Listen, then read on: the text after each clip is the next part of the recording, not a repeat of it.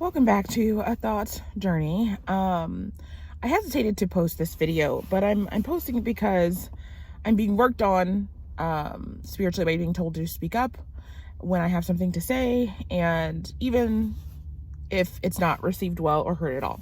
So please bear with my muddling thoughts. So right now it is Saturday, the 18th of January, and as it is slated today, tomorrow what is supposed to happen is the TikTok ban is supposed to go into effect, and then on Monday, which is also a Martin Luther King Jr. holiday, President Trump is supposed to be president again.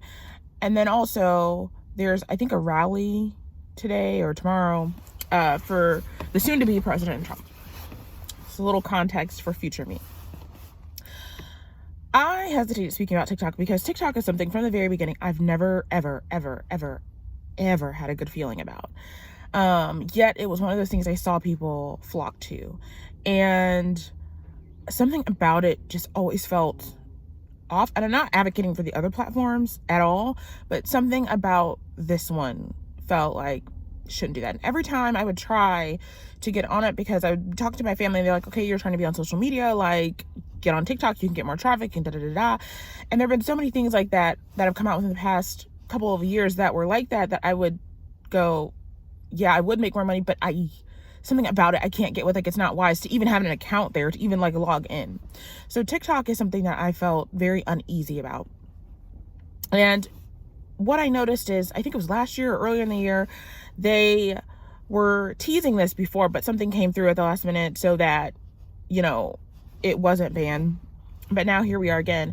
And I'm astounded by the amount of people that the first time this happened did not take any steps to prepare. Now, I'm not trying to be callous or rude or mean or say you should have more money, you should figure this out. No, what I'm saying is, as a business owner, one of the things that differentiates you from people who go to work is you have to be more proactive. I'm not shaming 9-to-5 workers at all, but when I worked a regular job, I grew up with entrepreneur parents. Then I was an entrepreneur, and then I always became an entrepreneur while I was working 9-to-5 jobs simultaneously. This is the first time in my life I'm ever just completely being entrepreneurial without the 9-to-5. So I have lots of experience in both fields. And one of the things that separates the two, where it's a little easier in terms of not literal ease, but you don't have to create the strategy for the company moving forward and come up with all these different strategies and tactics around obstacles. You get to just kind of show up, do your job, tackle issues as they come up, but largely you don't have to do that. But as a business owner, you have to be able to think, okay, this is my main source of income. This is not stable. If I'm relying on this one apps change, I should be able to do something else. Well, even if you didn't figure that out, the first time that this happened, or this was teased out, that should have been, I felt, the cue to go, I need to figure out what to do, whether that's transition to another app, whether that's, I don't know, do something else. I don't know. But I'm astounded at the amount of people that kind of dragged their feet until like the very last minute, like yesterday when they were like, well, I guess something's happening, so I don't know what's going to happen. I'm like, dog, you had months to prepare. So I'm that's very, I don't know why, but that's just very interesting to me.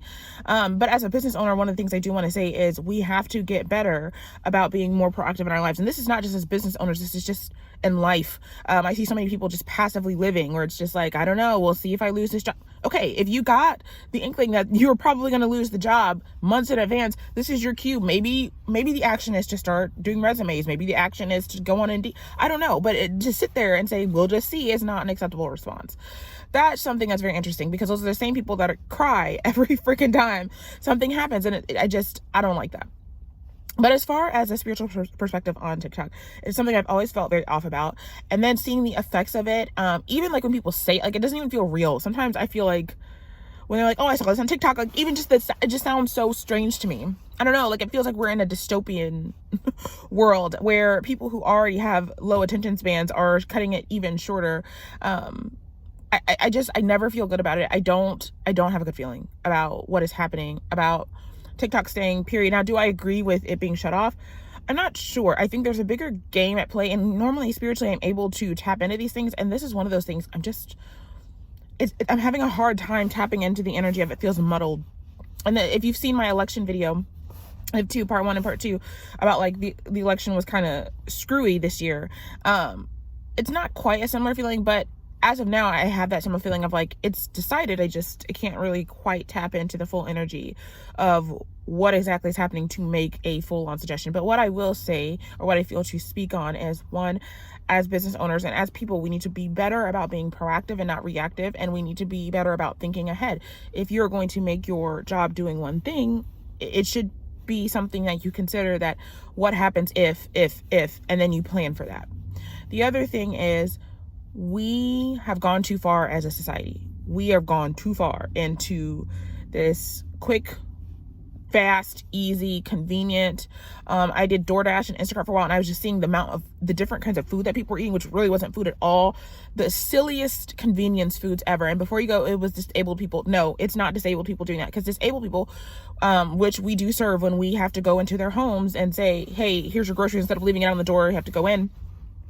Those are people that are more likely ordering real food. It's the people who are perfectly able, who have a lot of money, who are getting just the most ridiculous of things, and it's not good for your health. And those are the same people that are wondering, why do I have this ailment and that ailment and that ailment? And before you get on me, I already know about my weight. And this is something that I am actually working on. I'm 50 pounds down. And, so this is something that I'm learning too. It's not pointing the finger. The intention is to bring awareness and say, hey, we need to wake up. We are so far left from where we should be as a society. When I walk around and go around, I see so many people being so selfish, driving around, acting a fool, being rude, being nasty, being mean, not being socialized with each other. I mean, we are just gone too far. And I think TikTok is one of the areas where we've just gone too far into the consumeristic nature. Lastly, I want to say, do not start blaming the media for this. Do not start blaming the media for your life. It is your life. You get to choose what happens. If you notice that your attention span is shit, then it is your life and your job to say, you know what, this isn't working for me. I'm not going to do this anymore. Stop saying, well, it's the media's fault, or I think it's this fault, or it's not really our fault. It is your fault. It's your fault from the extent, not that it happened, that from the moment you realize what's happening, you have control over whether or not you engage with it and how you engage with it. Stop blaming other people for your problems, your issues. If you feel overwhelmed by media, if as a mother you feel the media is not doing right by you, make a decision anyway to say, even though the media is doing this, I will go this. You have to start developing trust muscles, and you have to start developing your muscles of going against the crowd.